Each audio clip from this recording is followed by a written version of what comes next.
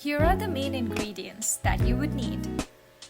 Okay, so let's begin. Here I'm chopping 5 medium-sized onions. Chop, chop, chop. Make sure you don't chop your fingers though.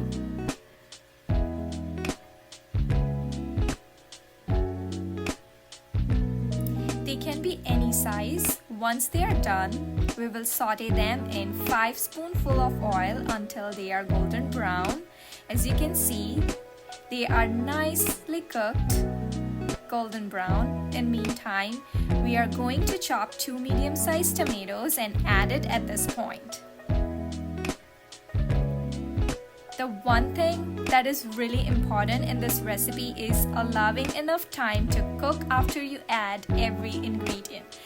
That is what would help you to build the taste of Chana Masala. Now I'm adding 1 spoon of salt.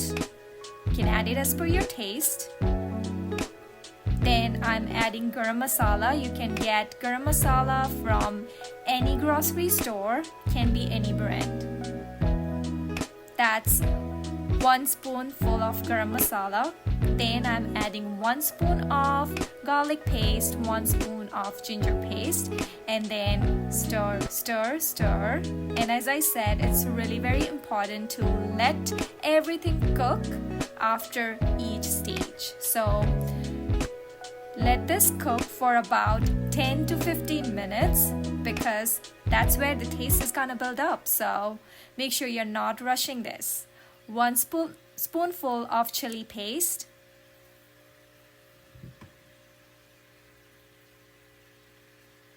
We will cook this until you see oil around the corners. Until you see the oil is oozing out of this onion and tomatoes, we are going to cook it until then.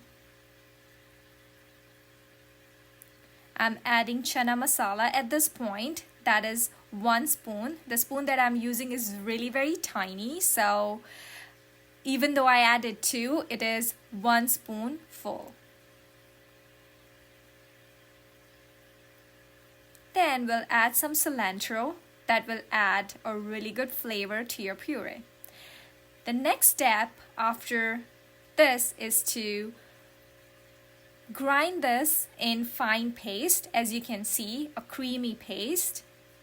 We'll add 2 spoons of oil and put this gravy back in the same pan. Now we are going to let it cook for a good amount of time, say about 8 to 9 minutes, until and unless again you see oil oozing out of this gravy. Make sure you take all of that masala because that's where the flavor is.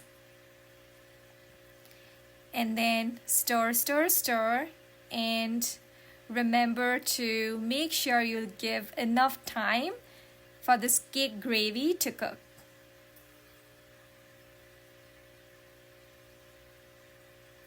You can cover it and let it cook for about 8 to 9 minutes. In meantime, you can boil the chanas that will be needed for the next step.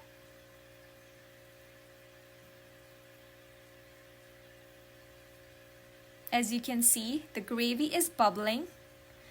That's awesome. We'll close this and let it cook.